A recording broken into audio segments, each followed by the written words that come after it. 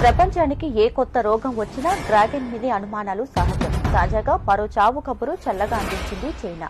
COVID-19 తరహా మరో virus ను గుర్తించారు. గబ్బిలాలలో కనుగొనబడిన ఈ వైరస్ జంతువుల నుండి మానవులకు వ్యాపించే అవకాశం ఉంది. ఈ వైరస్ ను మొదటిగా హాంకాంగ్ లోని జపానీస్ పిపిస్టైల్ రకం గబ్బిలాలలో గుర్తించినట్లు తెలుస్తోంది. అయితే అంత ప్రమాదకరమైనది కాదని భరోసా ఇచ్చే ప్రయత్నం చేస్తున్నారు అక్కడి శాస్త్రవేత్తలు. అత్యంత రహస్యాన్ని పాటించే చైనాను ఎంతవరకు నమ్మొచ్చన్నది ప్రశ్నార్థకం.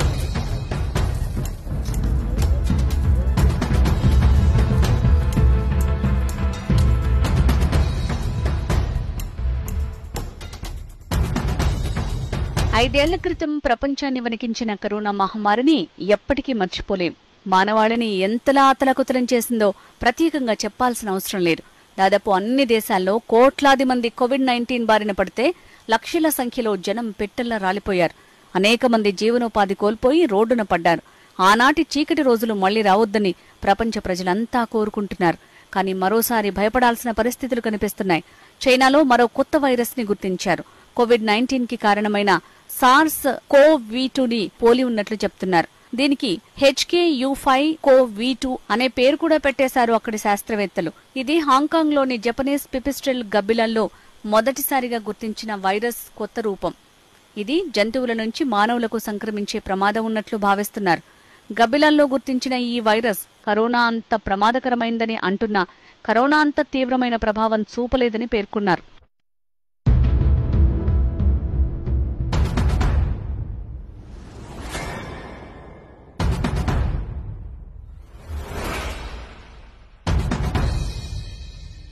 కొత్తగా కనుక్కున్న HKU5-CoV-2 వైరస్ వివరాల్ని హాంకాంగ్ కు చెందిన సౌత్ చైనా మార్నింగ్ పోస్ట్ పత్రిక ప్రచురించింది.